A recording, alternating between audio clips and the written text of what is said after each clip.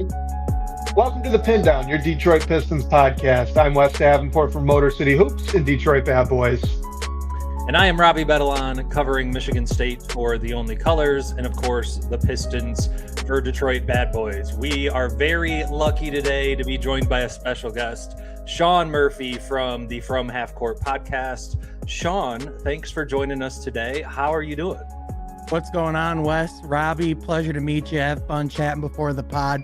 Excited to be here. I'm doing well. You know, it's kind of that sweet spot in the summer where I'm enjoying the rest. I've been having a lot of fun, going to the theater, which we'll be definitely talking about here in a second. But I'm also starting to jones for some basketball. I'm longing for some hoops and to kind of be back in the mix of things. So excited to get into it and excited to chop it up. So I watched just randomly I think it might have been like a 15-minute Asar Thompson defensive highlights video package from last year, just because I am also just jonesing for some basketball. I know it doesn't feel like Summer League ended all that long ago, but Summer League's just kind of like, it's like a little teaspoon. It's a little morsel of basketball. It's not great. It's just enough to get you through it. And then we've got this big long gap through August and then a little bit into September. I'm counting down the days too, but you mentioned it. We're going to talk about movies, guys. This was a total accident, but look, if this is turning into a movie podcast, you can just blame the fact that it's August. But Sean, I just saw the Spider-Man movie, the newest one, for the first time on Tuesday. You told us before the show started you saw it twice. So yep. I want all your opinions here on the newest Spider-Man movie. How did Tom Holland do? How did what were the performance? What's your review? I want the deep dive. Yeah, first of all, shout out AMC A-List for making it possible, my king. But anyway, not sponsored, but if they want to be, I thought the movie was phenomenal, not giving anything away, as people mentioned in the comments. Like, if you are someone that has a love for Spider-Man, not just the Tom Holland franchise, but the games made by Insomniac, the Spider-Man franchises with Tobey Maguire and Andrew Garfield. If you're a fan of the comics, like whatever you have put into the Spider-Man franchise up to this point, you will leave feeling satisfied for that, for that commitment. And this is your entry point, then you feel excited to jump in. And I think, Marvel movie, I tweeted this the other day. I think Marvel in general, just for a franchise and like a company that, has so many great characters and, compelling stories and people and like great actors to play those characters. I feel like they get so caught up in the spectacle and the scope and the scale of everything.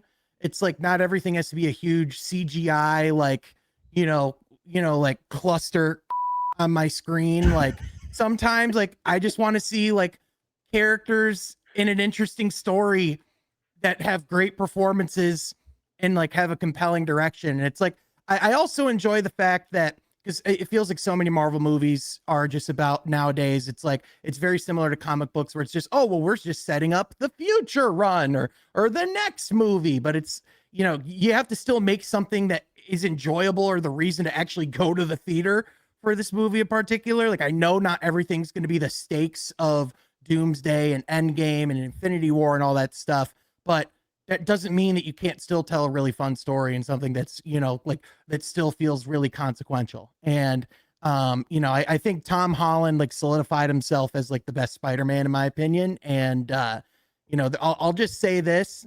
I did bleep myself 100%. Yep. I got that on deck. It's my favorite anyway. thing. That's my favorite thing that you got. That's if for no other reason, that's the only reason that I want to keep bringing you on, Sean. I love all your basketball For the takes. soundboard. The little soundboard that you have is perfect. I love it. I appreciate. I gotta get the full thing working, because that's literally just a small taste of what it could do. But anyway, it just feels like this is Tom Holland. He talked about beforehand how he really got in the writer's room and was more involved in the production and the process of this movie. And it's you could just, it felt like, it didn't feel like, a fourth Spider-Man movie for the sake of a huge box office hit, which is exactly what it was. I think it literally has the second highest opening ever for a film or something crazy like that, or the highest opening week. It's whatever it is, it's doing crazy numbers, but it feels like a labor of love and not a movie that was made for the sake of a cash grab. There still is the Marvel setup stuff, but I feel like that's tied in really well and actually has a purpose. So overall, like I give it like an 8.5 out of 10. I think it's incredible. I don't know if it's the best Spider-Man movie. I'm pretty biased. I think the Spider-Verse movies are like near perfection, but the animated one's very, very good. But of the live action, yeah, those are great.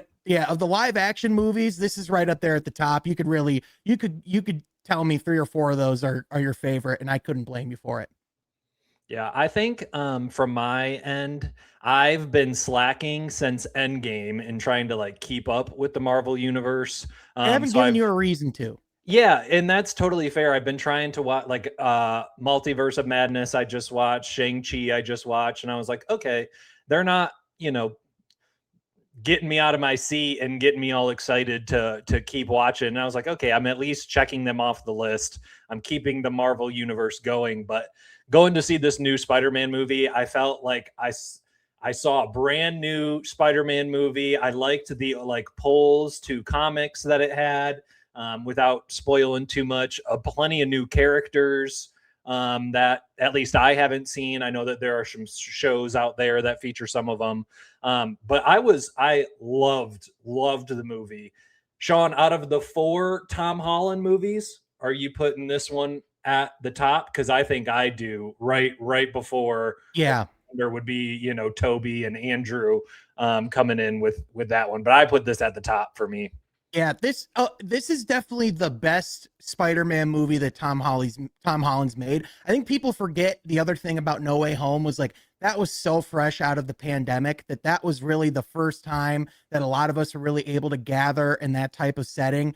And don't get me wrong, the nostalgia things were incredible. Nostalgia was great. Yeah. Right. Like there will be it's just not great on rewatch, That's exactly where I was going. You can watch it once. The experience opening weekend was euphoric in theater, right? But it's a hard watch at home when you realize that you're trying to pause for applauses when it's like, I'm not clapping on my couch.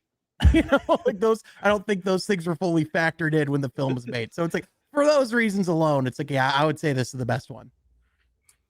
Yeah, I think, I don't know. I did really love the first one that Tom Holland did. Like you're talking about small stakes. It doesn't get much smaller than that. And it's just kind of a fun little high school drama Spider-Man. It was fun. It was unique, but the moment Michael Keaton enters the door is still one of the best Marvel twists of the last decade. Like that it's so great. Gold. Yeah.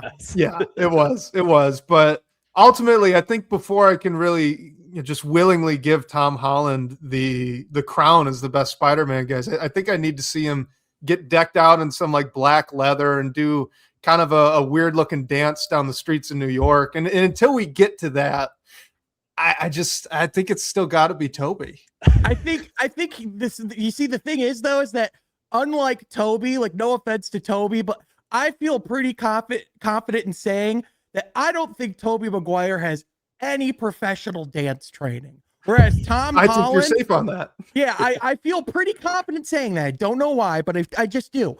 Whereas Tom Holland, that's where he came from. That's that's like Bane's, like you say, darkness is your ally. Like I was born in it. Like that's Tom Holland, but with dance. So you're telling me he could actually make that scene look good in Spider-Man 3? Yeah, I just got into doing the Bane voice. Remember his umbrella dance or performance that he did? Yeah. Yeah. Like when Lip Sync Battle was a show. That was hilarious. Yeah. He's definitely a dancer. All right, Sean, one more movie question, because I hyped it up on one of our shows. Then Wes went and saw it afterwards and he hyped it up. He said it was the best movie that he's seen since Dune. Have you seen The Odyssey? Oh, of course. I saw it in 70 millimeter. Oh yeah, IMAX. The real deal. Yeah, so I will acknowledge my bias up here at the top. Like I've been a Nolan head ever since I saw The Dark Knight opening weekend in IMAX. Okay. Like that first scene is like that. That's like just one of my favorite movie going experiences. Best movies ever. One of the best movies ever in my opinion. Right. Yes. And then he just follows it up with banger after banger. But it's like this just like it sounds snobby to say it this way, but like it just feels like an achievement. Like it just feels like, like to take like that big of a swing, to do all of these huge like practical effects and all of the crazy ways that this film was made. And it's like you have all like these huge stars on screen together that outside of a Marvel crossover event we really haven't seen in a movie like this together.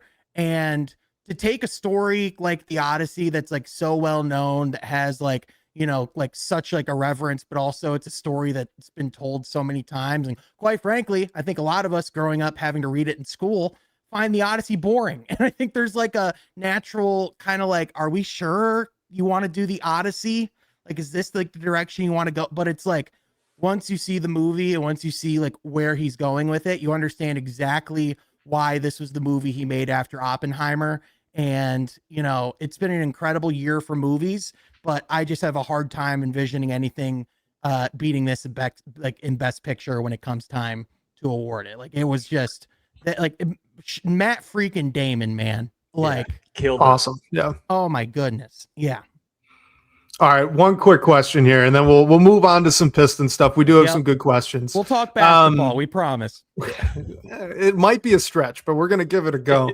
We're gonna try. It sounds like you watch a lot of movies. Yep. You go to the movies often. Yeah. Mm-hmm. Yep. All right, so we're kind of talking about the big heavy hitters, right? We talked about the Odyssey. We talked about the Spider-Man movie. Has there been something smaller that maybe not a lot of people have seen that you've watched that you're saying like, hey, with your free time here, with the time you have before the season starts, which I guess, by the way, good time to bring up this little haiku from ABW17 in the TVB comments. It says, in August lament, summer rains, they come and go, but worse, there's no hoops. Agreed. So in this time with no hoops, beautiful, what movies should people be watching? Is there maybe an unsung hero out there right now? Yes, there is. I have to find the name of this movie because this is going to drive me absolutely crazy. So there was this movie that came out in the fall that was, or like in the winter, and it was essentially, it's about it's like a horror movie, but it's like a psychological thriller and horror set in a kid's like swimming class, like a summer school type thing where people go, and it's like it's with like 8, 9, and 10-year-olds, but it's terrifying. And like the villain is like this little 9-year-old kid, but he's like one of the most menacing villains I've seen in a movie in like a long time. And it's driving me crazy. And I feel so bad that this is my answer and I'm forgetting the name of it right now. I feel like I'm such a fake for that. I'm going to have to pull up my Letterboxd real quick and pray that I reviewed it on there. As you do that, Sean, I've got 2 horror movies because we're going the horror direction. I watched Backrooms recently. Now that that's out on streaming services, that was fantastic. Oh no, I forgot the Obsession. Obsession was another great horror movie that I have watched recently. Both of those were very good. I found it, by the way. It's called The Plague. Hey, Ryan Anton called that. Look at that. Yep. He knew.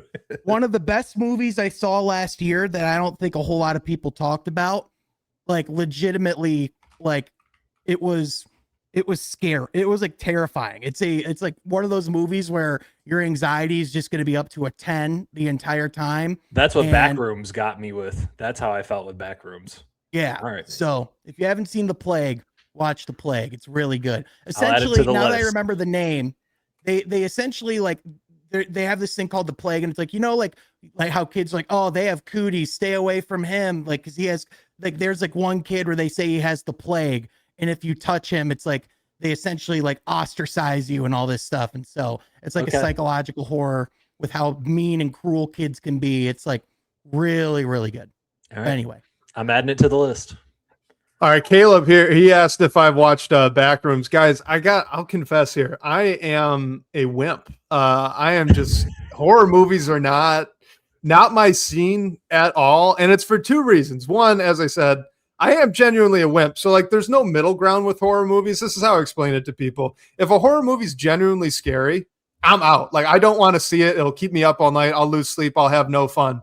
And if it's just like, the stupid like slasher horror movies that aren't really scary, but some people find entertaining anyway because they're kind of outlandish and crazy. They're just so dumb that I point out all the holes in it, and then I'm not having a good time either. So there's no middle ground for horror movies for me. Like you could say thrillers, but I like thrillers. Those aren't horror movies. Those are just kind of suspenseful movies, right? It's a little bit different. I can't, if it's actually scary, I can't watch it. If it's not actually scary, I don't want to watch it. It might be more of a thriller. It might be more of a thriller. Backrooms doesn't really have a whole lot of jump scares or horror. Not at all. That's what gets me. It's really kind of more of like, if anything, it's just kind of like weird gore stuff or just like bizarre. Like it's just a bizarre movie. Suspenseful. Yeah. I liked it a lot, but very good movie. I'll tell you this, Wes. Very good movie. Okay. I was the same for the longest time, but then I think it was around like 2016. It just got to a point where slowly, like all the good movies that come out are either some form of superhero cinematic universe film or it's a horror movie, and there's really nothing in between anymore. So it's like, well, I'm just gonna have to start liking horror movies. Yeah. So, if you want a good introduction and like start dipping your toe, watch Get Out. Get Out, another great movie. Oh, I haven't watched it because I figured it was actually scary. Movies. Same thing with Don't Look Up. I haven't watched it. Yep, Jordan. That one's not scary. Well, because it's like the thing that's cool about like it's like they're still scary, but at the same time, like since it's Jordan Peele, there's things about it that are still just freaking hilarious. So you'll have a really good time. I'm a little maybe afraid, some exposure therapy, Wes. Yeah, one per week. He can come back to the podcast and tell us how it went. Yeah.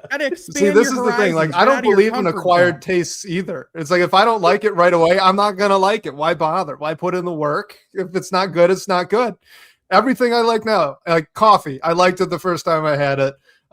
Beer, same thing. Liked it the first time I had it. Whiskey, liked it the first time. If I got to work for it, I'm not. So it's the same philosophy with horror movies. I don't like them. I don't want to figure it out. I'm too much of a wimp. I'll be totally honest. Yeah, Michael Donovan, Get Out, very good thriller. Yeah, okay. Well, the original scary movie, that was a really scary movie. That's fair. Scary movie, like the those comedy are funny. Scary movies. Yeah, I was joking. Yeah, those are hilarious. I love those. Those are really good. Yeah, man, I used to watch Psych, and some of those would even get verge into horror, and even that sometimes was a bit much for me. Let's talk about basketball instead of just talking about how terrible I am. It's only fair. About watching fearful movies. We got this first one here from Gregory Wagner in our DBB comments, and we did have a couple of these asking about Peyton Watson. I think it kind of makes sense, right? Peyton Watson's probably the last relatively big name that's out there on the market right now. Played with the Denver Nuggets last year. So Gregory Wagner asks, since Tari Eason got less salary than we expected and Peyton Watson may only get somewhere around the mid-level exception, shouldn't the Pistons try to pay the Nuggets 2 first-round pick price for Watson on a cheaper deal? So Sean, we'll just throw it over to you. What do you think about the fit there and the rumored price for a player like Peyton Watson? I think 2 first-round picks personally is pretty steep, especially when you look at the way that the first-round pick protections are changing, the way that you look at the lottery system is changing. Like, I think you've already seen teams like a lot more hesitant to trade first-round picks, but it's like, I think, you're going to just see even more of that now. I don't get me wrong. I really like Peyton Watson as a player. He brings a lot of things to the table that would be, great in a Pistons uniform. I do think he's a guy that's like only going to continue to ascend. He did miss almost 30 games last year. And the reality of it is like, I still think Denver is going to really want to figure out a way to bring him back. So it's like, unless you're willing to like either pay him in a fashion that you're not, like that Denver wouldn't be comfortable in paying, and also being willing to just meet a price or they just can't say no, then, that would really be the only way I could see it happening. And again, I get fans are like, oh, well, when are you going to take the big swing? But it's like, I just don't know if Peyton Watson's the guy that you take that type of swing for. So, it is kind of tough right now too. It's like, just because I do think with the looming Duren situation, I think you also have to hang on to assets as well, just because of, I'm not saying they're going to move them or anything's coming, but you just really have to keep your options available when you have something like that looming. So I think that's part of why you're not hearing much aggression. with Denver, so they matched. I think it was Isaac Jones is his name, who the offer sheet came from OKC, so they just matched his offer, and then they just picked up Lonnie Walker like a day or two ago. So I know their tax bill keeps like going crazy right now. Right. So I also think they probably want to get off Zeke Najee's deal, or I also think if Peyton Watson is leaving in a sign and trade, I don't think Denver wants to take any more money back. So like from a roster standpoint for Detroit, I don't see a world in which we take Peyton Watson and do it in a way without Spencer Jones. Thank you. And I just don't think our roster is set up to take on a contract without giving. Yes, Isaac Jones is a Piston. That's where that came from. I just don't think Detroit is in a situation to take a contract on that is going to be the size of Peyton's without giving anything back to Denver. So I think just with Denver's money situation too, that's such a mess that it's hard to see a world where we can take Peyton Watson on without giving any money back to Denver at the same time. So I like the idea, but more and more into the offseason, from a mathematics standpoint, it ain't going to happen. Yeah, and just, not to turn this into a math podcast or anything, but like the Pistons literally cannot, right? They cannot actually take back also a reasonable Peyton Watson deal without sending out salary. So you could say, well, sure, they could send out a Duncan Robinson. Maybe. Yeah, that's true. And he's got only part of that guaranteed. But even that, why exactly would Denver want to do that other than just for the salary purposes? The Spotrac right now has the Pistons with negative 18 million cap space.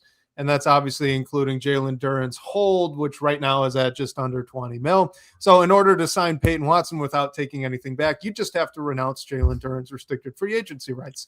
That's not something that you want to do. That doesn't make much sense at all. So the other constraint right now is that, by the way. What's that? I'm sorry. I was just saying, especially when you trade Isaiah Stewart, by the way. Oh, yeah. Yeah, absolutely. Yeah. So you can't run Paul Reed out there as your plan A at center. That would just be, I love Paul Reed, but that's a bit too much. The only thing I was going to add, they're only about 55 million underneath the first apron, which they are for cap reasons at the moment that we don't need to go into, hard capped at, as far as I understand it.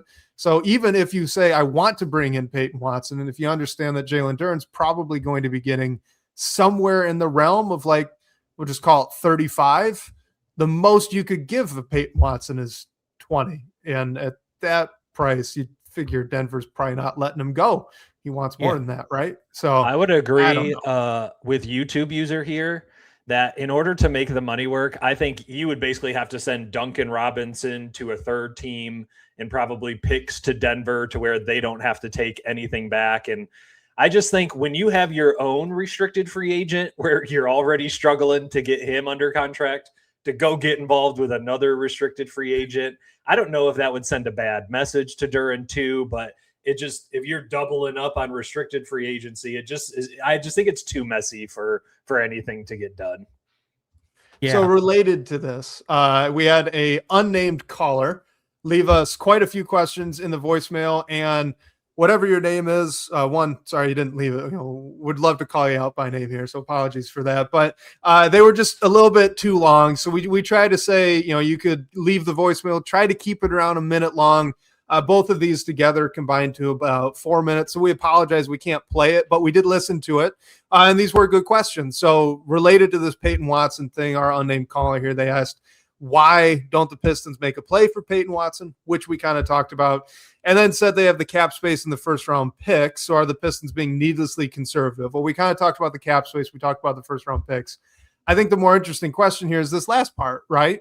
Are the Pistons being needlessly conservative, Sean? What do you think? Is this just kind of a product of Duren's restricted free agency, or sorry about my daughter. She's down here on the left, and she wanted to make her voice heard here on the podcast. She thinks they're needlessly conservative. That might be it. That really might be it. But Sean, what do you think? She hears draft capital and just cries. Yeah. I think that I think two things can be true of. I think that the Pistons made good moves while in a point where they're definitely going to be looking at this summer, like, like when going into the postseason, unless they do anything at the deadline, unless they get more aggressive, I do think they're going to be asking themselves if they've been needlessly conservative. I think when you look like reportedly at the names that they've gone after, I think they clearly have a target and they understand exactly like what they're going after and what they need, like like whether it's the Kevin Durant's, the Austin Reeves, the world, the Kyrie Irvings, like they clearly understand like the caliber player that they want to get if they couldn't go out and like make that acquisition. The problem is it takes two to tango. And I think, you have to be able to do it at a price that makes sense for both sides, especially if you're Detroit. You don't want to spend any more than what Houston just spent to go get Kevin Durant, like you really want to, and I'm sure Houston wants to really allow that situation to unfold before, they'd be more open to a dialogue about moving him at a reasonable deal. And a guy like, some of these other guys too, it's like, there's reasons why they haven't been moved yet. And so it's like, I don't think it's from like a lack of trying. Like I clearly think the Pistons have identified guys they want to go after, but it's like to that point, it's like, I just don't think they've seen the right deal that works for them, because again, you have to factor in the Duren, like whatever number you want to lock in Duren and Asar both on, moving forward. You have to factor in, just like what you actually want the roster to be beyond this season, because the name of the game in this modern NBA, like you hear it all the time, it's flexibility. The reason why Boston moves a Jaylen Brown and does it when the return package looks disgusting is because they would rather take the bad PR and everything that came with it than not have the flexibility within the salary cap to move their team moving forward. Like if that, like James Dolan, the owner of the Knicks, the team that just won the title, all they had to do to keep their team together this summer was sign Mitchell Robinson and go over the second apron. He compared it to like a suicidal thing to do as an organization, just to tell you like where teams are at and how they think about it. So do I think the Pistons, might be overly cautious? Perhaps. I think a lot of teams are right now, but at the same time, I think it's like, if you want to go out and if we're going back to the Marvel thing and you think of the Doctor Strange analogy where it's like 13 million scenarios, but it's the one that you're shooting for. I think it's like, I think Trajan will know exactly when that deal is up. Like, I think they know exactly who they want to go to, but it's like, maybe, a certain Troy Weaver and Joe Dumars need to stop asking 3 or 4 first-round picks for Trey Murphy and maybe decide what they want to do. Maybe, just a hypothetical thing like that, Yeah, Joe, help out your previous organization, man. Throw us a bone here. Sean, I completely agree. I don't think it has anything to do with like the effort not being there, because it definitely seems like the effort is there. But I think one thing that has kind of been nice or different about this front office is it seems like they're very patient and they like have their price and they stick to it. So I still think Trey Murphy would be a fantastic fit on this team, but I also think Trey Murphy would probably be on any team if his price was reasonable, right? Like Warriors tried to reach out about him. Boston, I think, was another team. Obviously, Detroit did. So I think one thing that's difficult with where Detroit is in kind of as they're building their core, as they're building their future, is like, if you're going to pay during this offseason, which we all think is coming, and then you're also going to extend Asar with the draft capital that Detroit has. They have no extra first-round picks. So if you are going to let it rip, if you're going to let, 2 to 3 first-round picks fly, it's got to be the right move. Like, you have to be 100% convinced that, like, this is the missing piece and we're finally going to go for it. And if Trajan and his front office felt like all summer so far that nobody has met the price that they have been willing to spend, I'm not going to blame them for not going all in this summer. And if they just want to get as much shooting as possible around Cade, Asar, and Duren and see how that goes until February, to where, let's go back to the movie thing again. Maybe you don't want to pay to see Trey Murphy in the theater, but you'll wait for Trey Murphy to come out on streaming services when he's a little bit cheaper. Not a perfect analogy, but I tried to relate it back Trey to Murphy's the new Jumanji sequel. You'll wait to see that at home. Yes. I was just waiting for you to drop DVD and VHS, and I was going to say, no, Robbie, we're way past that. Way Coming past soon that. to DVD. Come on a DVD. Yeah. Right. Related question, and then I'm going to kick this over to you because I'm almost certain that's kind of where you're going to go, Sean. But talking about some of the former Pistons GMs, right? So the same unnamed caller mentioned Joe Dumars, Troy Weaver, Trajan Langdon. All of them were, according to the caller, relatively gun shy about trading first-round picks. And I think that's kind of where you're heading, talking more about the value of the first-round pick. So, Sean, like, why – one, were these past GMs? I would like to note that we've skipped over Stan Van Gundy, which I find a little humorous. But were those GMs a little bit gun shy? And then secondarily, the value of first round picks right now, you kind of already talked about the hesitation of going into the second apron. Why does that kind of kick over to making these first round picks even more desired by even a team like, say, New Orleans, who kind of has none? They want to get everything back, right? That's why they're working so hard. Yeah. So kind of addressing these like piece by piece, I think it's fair to question the aggression of some of these GMs at times. With Joe Dumars, I would point out that part of his tenure was the transition of ownership and the sale of the team, the death of Mr. Davidson. And there was like a 2-year period where he was kind of told, where he was kind of told to, save money, like there wasn't really like a license to go out and spend aggressively. And it's like, Joe Dumars has been aggressive. It's just the problem is his aggression was, at the beginning was great, going and getting Rashid and, going and getting Ben Wallace. A lot of these moves he made at the beginning were great. It was the aggression at the end that killed him. It was the going out and getting, it was going out and getting, like the Charlie Villanuevas and Ben Gordons and Allen Iverson. Josh Smith. Don't say Brandon Jennings. Yep. It wasn't, I would say, like, there just wasn't always like a calculated plan, which is exactly where I would go with Troy Weaver as well. I would say, like, Troy Weaver was aggressive when there was a prospect that he wanted and he had to move up to get him. Otherwise, when it came, he is great at the scouting piece. He knows exactly what he wants. And it's like, even in New Orleans, like, I think some of the players he's drafted, I'm intrigued by like what Darren Queen could be. Do I think he's in the right situation to develop? Absolutely not. But that's a different conversation. But it's really just the fact that like what you hear about the Troy Weaver regime is too many cooks in the kitchen, a lot of people with different opinions, not an overarching voice with a clear vision. And you saw that discombobulation and, like lack of organization really play out in that massive losing streak season.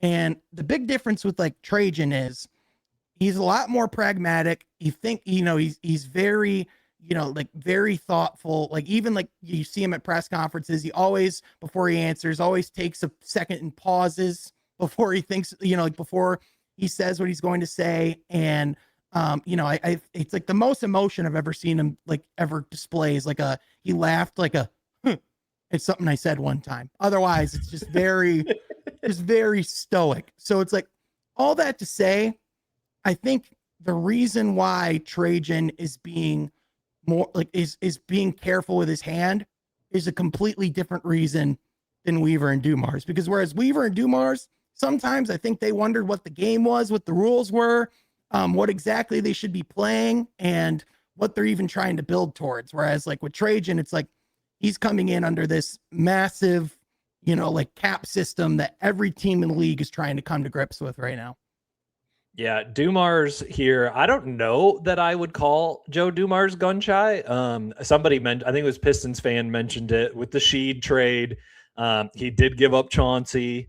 He meant all the people that Wes had mentioned that he signed. I would not call him gun shy. I don't know that even I would call Troy Weaver gun shy. I guess maybe in the later years, but like his first draft, he made, he got 3 different players out of that, right? Stu, Sadiq, and Killian. We had that one first round pick that we held the protections for like 4 years until it finally conveyed. And I wonder though, if we would get this question, if we were talking at this point next summer, I'm not sure we're having the same conversation about Langdon. I think it's just a matter of time. Until we see that, basically. And I do want to point out, I think it was Michael Dampier. He had an interesting question with. I just think this point is very good. So I noticed this recently that Abuka Okori, I think, is going to make kind of going to make Sasser money, basically, where it's like $4 to $5 million. And it's like, I'm going back. I feel like I'm relating this to the NFL, where it's like, oh, you got Jahmyr Gibbs on a rookie contract still. Like, you want to play, or it's like if you draft a rookie quarterback and you can build the team around a rookie quarterback with such a small salary. I feel like this is similar to where, if you can get an impactful player in the 20s that's only making $5 million per year, that also would be huge down the line for team building as well. Well, and if you want to talk about longevity, to kind of go back to like the question of why first round picks are viewed so differently, why teams in this current era are so afraid to give them up, is because if you want to extend your window, you have to hit in the draft and you have to supplement outgoing talent with incoming draft acquisitions. Like Oklahoma City, for example, they traded Lou Dort, Aaron Wiggins, Isaiah Joe, just to name a few players this summer, because their tax bill, came due. And because of that, they went out and people have asked, well, why is Oklahoma City not just like banked all of their picks to go get Giannis or insert name of star here to become a super dynasty? Well, it's because if you want to actually do this, the right way and to have this last a long time, it's like you have to be able to replace those good rotation players with more high value, more like good value draft picks. And so they went and got guys this summer in the draft, that have a really good chance of helping them in the interim or long term, and can at the very least slot in and like not that they're going to fill the Lou Dort role or any of these guys right away. Like there's going to be a noticeable difference, but it's like, can you stay good enough to still be in contention and still be in a similar spot you were last year? Like that's the real battle. So like for the Pistons, it's like in order to be able to like, if you really want to talk about how they can maximize the Cade, Asar, Duren era, you have to draft and get quality rotation pieces. To your point, it's like if Abuka Okori, even if he just becomes a really good sixth man, like if he becomes like Jamal Crawford, that's a massive win. You know what I mean? So it's like, I think it's really just about like the secret to success in this league is you have to really get a lot more value than what you're actually paying guys. And that's why they're having these really difficult conversations with Duren and his camp. That's why they're holding firm, is because they know if you want to do it right, you have to really nail down how you use your resources. Yep. So speaking of Duren, we got the last one here from our mystery callers, basically asking, is Jalen Duren really worth that rumored like $35 to $40 million in salary for average annual value? When he got outplayed in the playoffs here by Jarrett Allen and Wendell Carter Jr., he can't hit threes like Sengun. And also this one surprised me. I did look this up, confirmed. Alperen Sengun blocked more shots last year than Jalen Duren. It was about, if memory serves, about 30 or so more block shots. Also had more steals. So, Sean, is he actually worth it? Yeah, I know. It was almost the same number of games, too. Near as enough as makes no difference. I think Sengun was 72, Duren was 70. Okay. I think, like, don't get me wrong, the playoff performance was abhorrent. I've been as loud as anyone as far as, like, you have to have honest conversations about what you're going to pay Duren. I do think we're maybe going a little too far the other way of like, I think we have to remember that he did make all NBA for a reason. And there were a lot of like super intriguing developments. Like, don't get me wrong, the defensive side of the ball still 100% has to be better. I think a lot of times instinctually, he's just not always in the right place. He can get distracted by looking at the ball or, not looking at the right place. And, a lot of times he can get taken advantage of on backdoor cuts because he's just not paying attention to his guy well enough. Right. Like we've seen a lot of like situations where Duren just is making a defensive mistake or making an error. But when Duren's been at his best this season, he's looked as dominant as any center in the league. Like the things that, like, as far as his upside and his potential, the things that he can do night in, night out, even if he can be 80% of that in the postseason, that gives the Pistons a much better chance of winning. And so don't get me wrong. Like, I think you have to hold your ground. And like, to me, 40 to 42 would be the absolute most I would be willing to go. And some of that is going to have to be a bet on his development, both mentally, but also just, like with other aspects of his game. Like, don't get me wrong. Like, a lot of the offensive stuff was great during the regular season, but there would even be moments where it's like, is that handle tight enough come playoff time? Like, when the space is really going to close in on him. And mind you, this was also the first time he went into a postseason where he was high on the scouting report, 100%. Where it was imperative to shut down Jalen Duren, because otherwise, who else is your secondary ball handler? And if you're going to pay Duren like that, you're making the bet that, like, hey, he can still be a secondary or tertiary ball handler on a team that can win a championship or contend for it. And so, like, yeah, I think it's like, as much as you feel bad for Duren and the summer he's been through, and as much as you hate seeing conversations get uncomfortable, it's like, I know I couldn't unsee what I saw in the postseason, even with all those good things said. And so I think that's just where there has to be a little bit of reality. And so I wonder if there's like some form of compromise, or they can get like a 3-year deal with a player option on the third, or, something almost like how like the Jalen Green contract was like constructed by Houston, where it's like, hey, we can still get you paid, but we can also get you a window towards free agency and get you another bite at the apple, but also gives us another chance to evaluate. I could see some form of deal like that being placed, because one thing I can tell you right now, I think it would, if I'm in Jalen Duren's corner, I would be screaming at him if he even thinks about taking the qualifying offer. That would be the dumbest gamble you could possibly take as a player. I just would boggle my mind.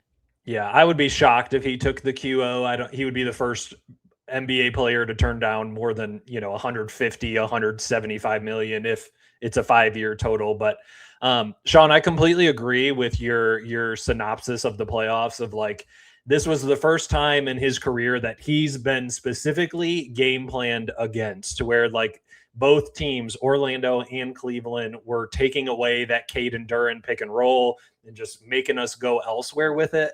I do think, though, with him having this experience, it just opens up the opportunity for him to develop counters to that. Wes and I have talked about his face-up game, around the free throw line or at the elbow. If he can do a little jab step and maybe have a little midi that he can develop, if he can have, if he wants to, dribble into the paint and they cut him off, what can his counter be? Can he have a little spin shot that he can hit? I will say, in regards to this question specifically, with Sengun shooting more threes, or it says he can't shoot threes like Sengun. Sengun shot 30% this year. And if Jalen Duren is going to shoot 30% from three, I don't want him shooting any threes whatsoever. And I want him offensive rebounding right next to the basket. I want him to be within dunking distance. If he's going to shoot as poorly as Sengun has shot, then I'm just like not interested in him turning into a shooter. But I'm fully on board with like, keep giving him the ball, keep letting him face up. Keep giving him more opportunities as kind of being that secondary playmaker, develop those counters into the regular season, so that, when playoff time comes around, he's had enough experience if he's going to see that kind of a defense again. Ask Houston Twitter if they're happy with how Alperen Sengun performed in the playoffs this last season. Shot 12% from three in the playoffs. Oh, okay. I didn't even know it was that bad. I also will. It was not a good playoff for centers, just league wide. It really wasn't. I mean, even Jokic had a couple of stinkers. Yeah. To make this even worse, by the way, 12% from three on 1.3 attempts per game. So like, he wasn't even shooting it that much, and he just wasn't. Yeah. Yeah. Same throughout the season. He was at 1.8 throughout the season. So yeah, if we expect Duren to start shooting, I don't need him to immediately go out to the 3-point land. He flashed some things, in the mid-range. So I would love, if he does have to develop a counter, turn that mid-range into a little bit of a threat.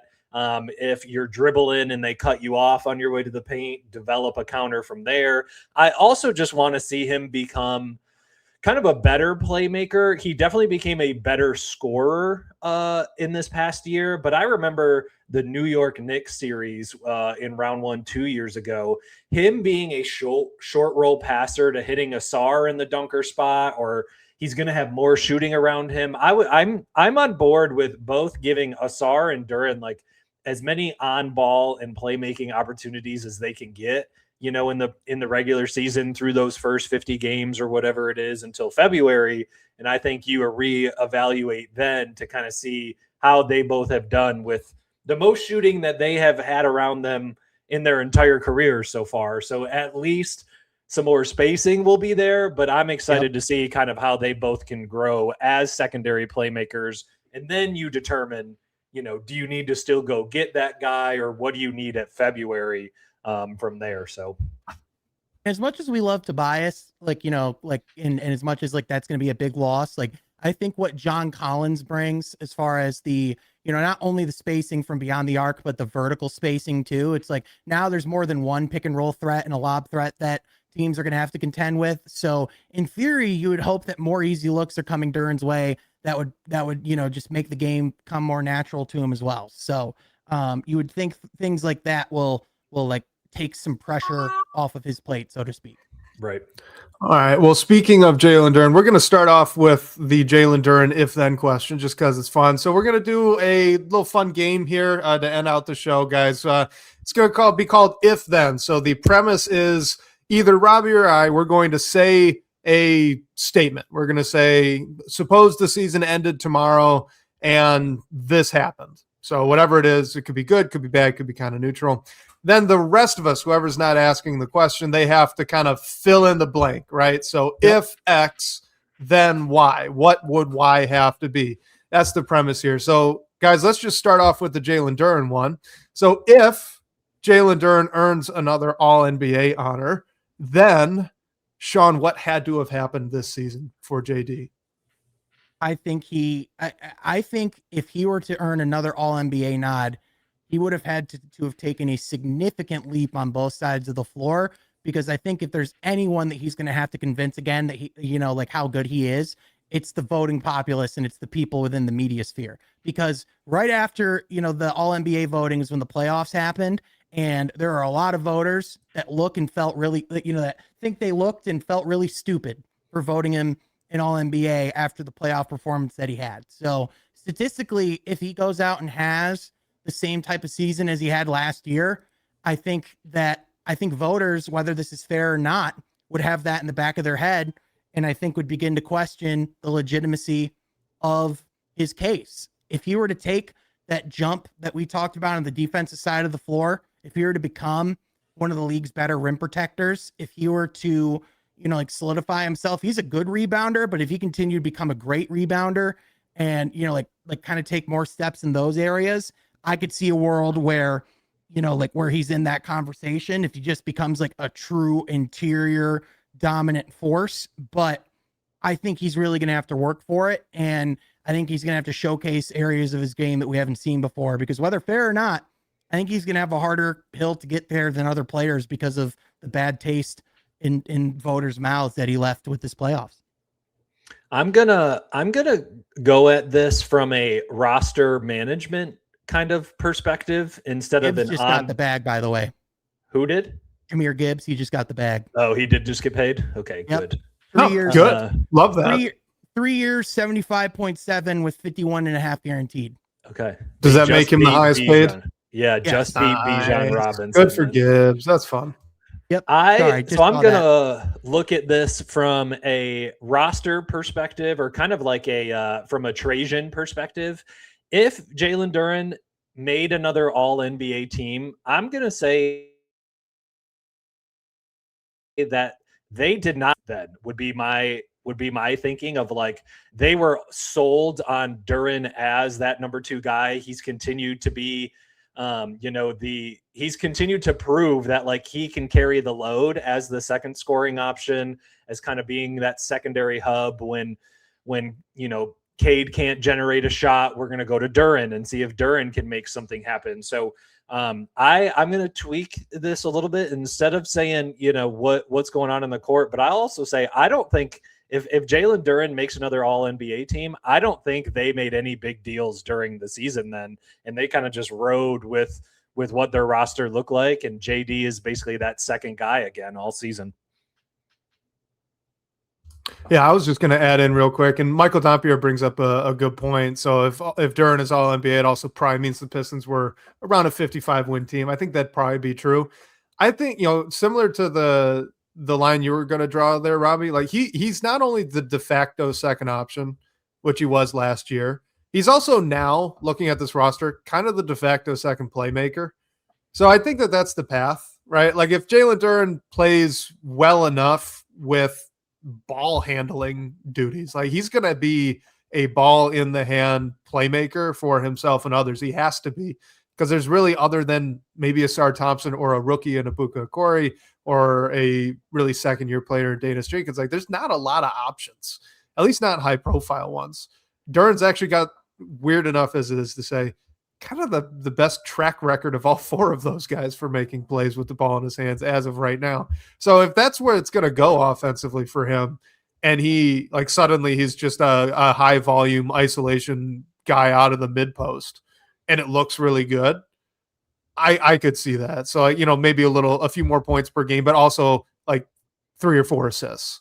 Yeah, if we go back to the same Goon question, the Alperen Şengün question, he averaged 6 assists per game. I don't know if Duren's going to get to that, but like a 4 or 5, I think, would be really something that could get him there. And also defensively, like, can he make a leap defensively? I'm not totally sure. Agreed, YouTube user. I'm not totally sure if he can make that jump defensively, but all right, Sean, I'm going to give you another one.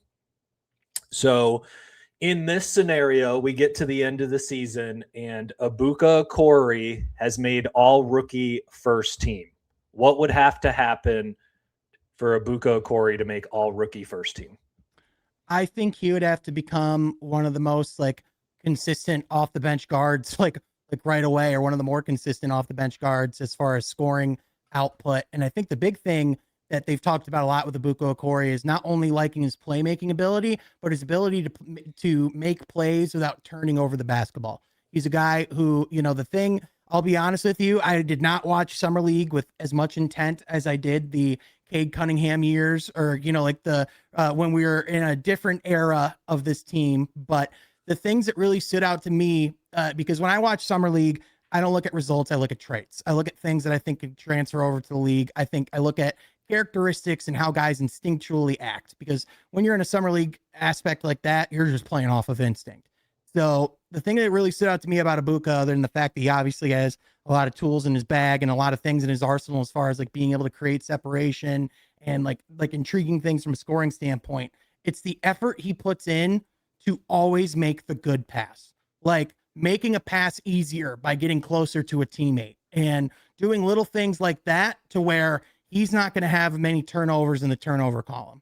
And if he did, it's probably not going to be his fault. So I think the thing about Ibuka is he's going to have to come in, and it's almost going to have to be like a Ryan Nembhard type campaign, but more kind of extended over the course of a season, to where he's someone where it's if you were to make all rookie first team, it's if you were to make it like that, he would probably have to be the one of, if not the best player off of the Pistons bench. Because especially if you're thinking first team all rookie in this really deep class, he's going to have to make a statement and then some. That's where I was going to go too, Sean, because with this rookie class, and with all the rookie awards, you're kind of dealing with a points per game award. That's usually what it is. The only exception to that rule is if you had a really big role on a very successful team. You could look at the Scotty Barnes thing, right, with his rookie of the year campaign. I think that's where it's got to go. Because if it's all rookie second team, I'm thinking, he had a really solid rookie year off the bench for the Pistons. If it's first team, if he's one of the 5 best rookies in the eyes of the voters, I don't think it's going to come from volume. I think it's got to be some ridiculous scenario where he earns and usurps whoever's the starting shooting guard on the team and then just takes over the rest of the way. Up till, say, maybe the All-Star break, he's playing really, really well off the bench. And then maybe there's an injury or something that launches him into the starting lineup and he never gives it back up. That's probably the only way I can see it happening. Because, as OG unnamed YouTube user, says the Pistons just have too many guards for him to be getting a ton of playing time unless something went very wrong. Like, I think he's going to play, but in order to get the volume, he'd need to really earn your top 5 rookie. He's probably got to be up over 20 minutes a night. I doubt it unless something crazy happens like that. Yeah, I asked Trajan at the at the draft night press conference, what his confidence was that late in the postseason, because we have seen a lot of young guys like carve out and have a lot of success within playoff rotations, but he wasn't really committal. Obviously, very early. It was literally the night he drafted him, so of course you're not going to be committal at that point. But it's like, coming in, it's like they are very much, I think, going to be playing it slow and letting Ibaka come along. And especially when you have a team, that's like in these like high leverage situations, like last thing you want to do is just force a young guy out there just for the sake of doing it because he's a rookie. Yeah. All right. I want to do a negative one real quick. Robbie, do you want to jump in? Or do you I want to do, move on because to the next one? real quick, Yeah, I was going to say, to your point, Wes, I think I agree to where I think if he's making first team all rookie, he looks so good before the All-Star break or whatever that it's like, hey, we can't keep this guy on the bench anymore. And maybe you're trading Duncan at the deadline for depth, in the forward room or something like that. And you're starting Ibaka and Cade, for the last 30 games of the season. So that's the only way that I see him doing that is the same thing as to what you said, is like, he's got to have enough playing time and he looks good enough to earn it, right? That it's like, hey, we can't keep this guy on the bench any longer, but maybe we're speaking it into existence here. We're manifesting that he's going to be on the first team by the end of the year. So speaking of speaking into existence, Michael Dompier, OG unnamed YouTube user, we are not reading those comments out loud. You know what you wrote, and we're not talking about it. But I want to bring up a bad one. I want to do a negative thing here. He was talking about a Cade injury. We're not talking about it. I want to do a bad one. Let's say the season ends. If the season ends and the Pistons drop to a bottom 10 offense in the NBA, Sean, what had to have happened? What went wrong? I think injury would have had to have certainly played a part. I think when you have a guy like Cade Cunningham on your roster, like, in my opinion, that should at the very least put you in the top 16, top 18 when you have that type of playmaker and that type of, all-star scorer. I think you would have to have missed him for significant periods of time. But I think also you would just really have to see that lack of a secondary ball handler really come into itself. Like, it would have to be the Murphy's Law of, not to make fun of my last name, but it's like you would have to have Asar, if anything, regress as a ball handler, which with the way he works, I just don't see that happening. But, Jalen Duren, like, you would almost have to have like a Ben Simmons type, like seeing ghosts type of experience where he's like fundamentally different as a player moving forward. I think you would have to see a mixture of injuries, but also just, I think everything that can go wrong would have to go wrong. The acquisitions just not fitting well, still not really getting shots made from Kevin Huerters of the world. If Duncan Robinson, has a stretch like he did in Miami a couple of years ago where he was out of the rotation altogether because he couldn't hit threes, like, you would just like, there would have to be some boogeymen type scenarios, in my opinion, because I do think just even with like the easy opportunities they create on the defensive side, like with the transition points alone, that should keep you out of the bottom 10. But again, it is something where if teams are able to limit that, if the Pistons do notice the lack of, Isaiah Stewart's of the world, and they do see a drop in performance defensively, that could be a part of that as well, because their biggest weapon has been the turnovers they create on the defensive side of the floor.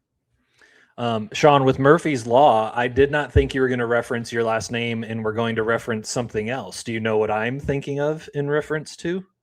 Oh boy. We talked about it earlier during the show. You as a Nolan head. Oh, yep. I was going to say you're thinking Interstellar, Interstellar. Yep. Murphy's Law. Yep. Yeah. I'd be there like Christopher. I'd be there like Matthew McConaughey on the other side. Like, yeah. Don't make that trade, Trajan. Don't do it. I was afraid you were going to go to Tenet or something there. I'm just glad it was a good one with Interstellar. Whoa. Don't talk trash about Yeah, Tenet. that's right. Anyway. That's right. He went there. I think I'm riding the Asar hype train this summer of like it seems like the front office is huge on the Asar hype train of like, let's give as much shooting as possible around these guys. Let's give Asar the ball some more and let's see what happens, right? Like I think offensively, he probably has the most room to grow. His ceiling is the furthest away from any player right now on the offensive side of the ball.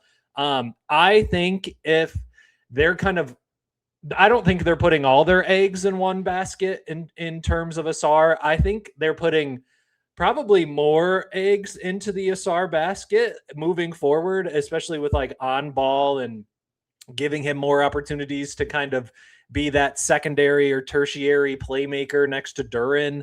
I think if they are a bottom 10 offensive unit, the Asar experiment has gone horribly wrong. I think his tight handle or his handle stays loose. I don't think he's developed much of like a mid-range game, kind of some type of floater, some type of, right. If I don't know if he developed any type of a handle at that point, if they're about, I just think kind of not handing the keys to Asar, but giving him more opportunities in the offense. I think it would have gone horribly wrong if they are a bottom 10 team. And I think it would be due to all of Asar's offensive limitations. Basically, just we're seeing all of that at an increased volume and kind of seeing no development from Asar on the offensive end. I'd also think you'd have to see Danis Jenkins going back to being, like less of a factor. I think you'd have to see, because I happen to think, he'll probably go in the other direction of being more consistent. And, now that this less will be streaky, yeah, exactly. Like he had like 23 combined minutes his first season in the NBA. Last year was really his rookie year for all intents and purposes. So I expect better performance, but it's like you would have to see regression from Jenkins, and you would have to say, well, Okori spent a lot of the season with the Crews. Yeah, because they really have no other options, right? I mean, we've exhausted it. If Duren can't take more of the secondary playmaking, if Asar can't, if Okori's not ready, and if Jenkins regresses, we're in trouble. Kevin Huerter, does that it is that is I think really the one big, at least offensive weakness, right? Where because they've added more shoot. I think I'm with you guys. I think that would have to be it. Let's do two more. Robbie, you could pick, then I got one in my head to close out. Okay, hopefully I'm not taking big yours. Pressure, don't take it. Yeah, you threw this one in here, and I really like this one. So, Sean, we get to the end of the year, and the Pistons have a player who has won the Most Improved Player Award. I'll find a new one. Wes, it was yours? Sean, if they have a Most Improved Player, who would it be? I think it's because Asar Thompson has the breakout year. I think we all brace for the potential of happening, because he already has established himself as one of, if not, in my opinion, the best perimeter defender in basketball at just 22 years old. Like the things he was doing in that playoff run last year was just downright filthy. They legitimately, like Cleveland said themselves, they had to just say, hey, move away from Asar. Wherever he is, that's where the ball is not going to be. Yeah. And so the fact that you have to play that type of that you have to scheme that way offensively for someone on the defensive side of the floor, it's like I think there already is a lot of that there. And then you throw in the intangibles of the work ethic, the confidence, and I think looking at the fact that this is really the first summer, no restrictions, full go, no worries from the blood clot thing at all. And I think just if he can become a 15 to 20 point a night scorer, along with what he already does for you defensively, if he becomes like a budgeting, borderline or all-star caliber player, that's your most improved player. Duren was already in the conversation. He would have to take a gargantuan step to be a most improved player candidate again. So I just don't really see that happening. So to me, it's the only possible logical candidate, unless again, Danis Jenkins comes out and has a crazy year or something unforeseen. Asar's the guy. And something to that too, because Dyson Daniels, right, a couple years ago wins most improved player. And at the time, the narrative at least was that, he wasn't the most improved, but he probably should have been defensive player of the year. They just couldn't really give it to, so they gave him as kind of like here, take this one. You still get a postseason award, like an end of season award. So like that could be, I could see that path. The only other possible, I know we're seeing a lot of Ron Holland in the comment. I would love that. I'd love for Ron Holland to take that kind of step. I'd probably put him on like fourth on my list. There would be four players I think could theoretically get this. The top two would be who I'm going to talk about real quick. Isaiah Joe.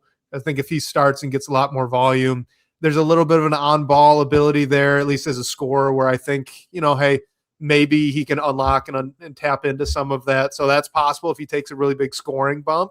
If he's like a Nickeil Alexander-Walker. Yeah, exactly. With worse defense, but offensively anyway, he could make that kind of leap. I think there's enough in there where maybe it's possible. And then it's Asar Thompson, Danis Jenkins, and Ron Holland. To me, I think Ron Holland's got to be at the bottom of that list, right? I mean, in terms of offensive load of those four players, he's projecting to have by far the least, right? And we're not even saying Asar's going to have a lot. I think Ron's just really in a specialist role. I love Ron's energy and love the intensity he plays with. He does a lot of things he can't teach, but at the same time, I do think if he was most improved player, like worthy, I think we would have seen those types of flashes by now. I know a lot of those times I know a lot of times it's like an out of nowhere player, but it's like we knew Nickeil Alexander-Walker was a good player before he became most improved. Even Dyson Daniels, it's like there were still a lot of beliefs in what he can do there. It's like Ron Holland was like a top 5 pick in like what's probably the worst draft class of the last decade. So like, I don't know what as much as I'm confident in what he can do, I don't know what the confidence meter is around the league for that. Yeah, I would jump from one hype train, the Asar hype train. I'm going to go to the Isaiah Joe hype train. So, Wes, I'm there with you, but I think he has to start. And I want Isaiah Joe to start. And I think it's really because I want Duncan to provide more size with the bench unit, since the bench unit is just kind of small right now. But I've said it a couple times on this podcast. Malik Beasley came onto the team and he instantly set the record for most threes made in Detroit Pistons history.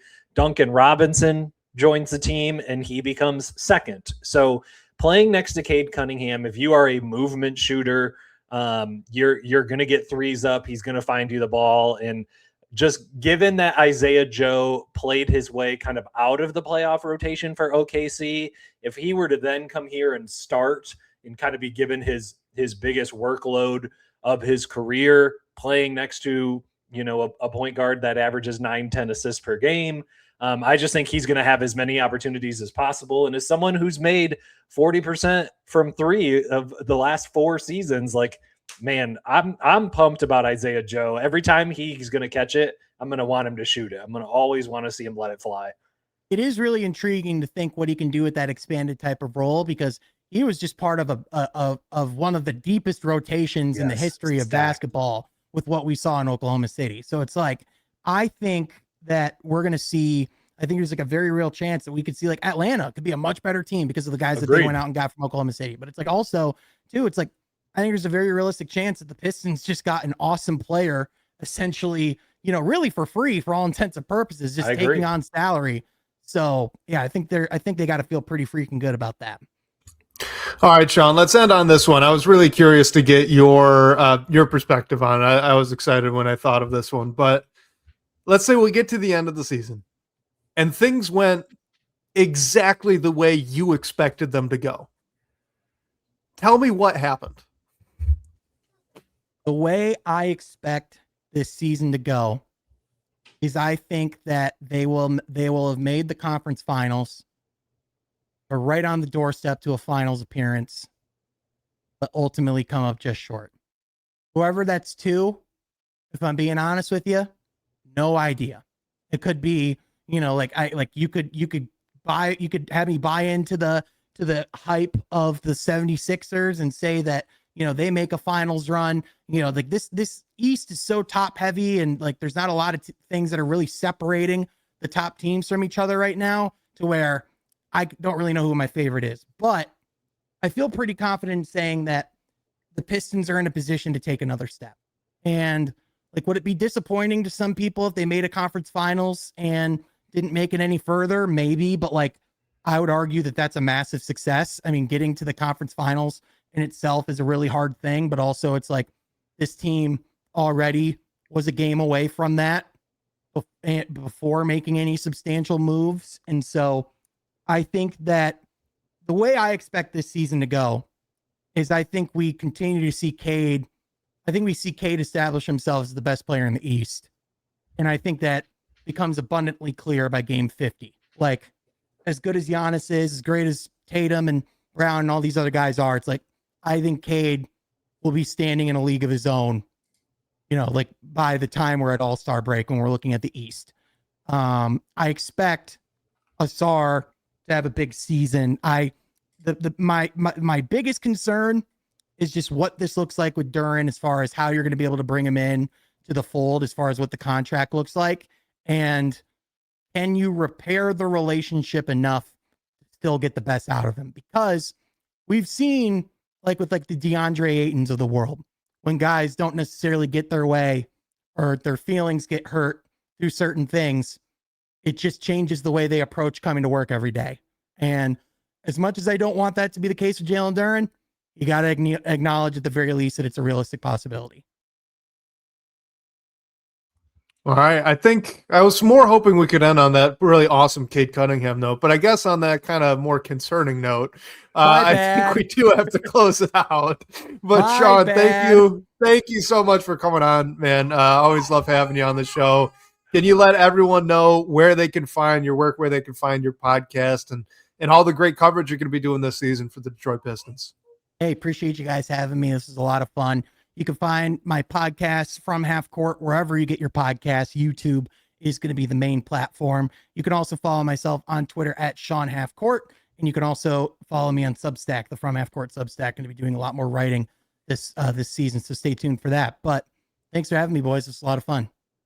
Yeah, Sean, thanks for coming on, man. We totally appreciate it. And guys, remember, if you want to call into the show, if you want to leave a voicemail, make sure to call 313-355-2717. Keep it around a minute. Yeah, keep it around a minute. We loved listening to it, but gotta fit it on the show. Yeah, we gotta make it happen. Families. They have lives to attend to. Big thank you to Sean Corp, our managing editor over at Detroit Bad Boys, for supporting the show, and shout out to the chat for contributing. Great questions and talking points. We will catch you guys next week, whether on your commute or live with us on YouTube. We cannot wait to talk more Detroit basketball with you.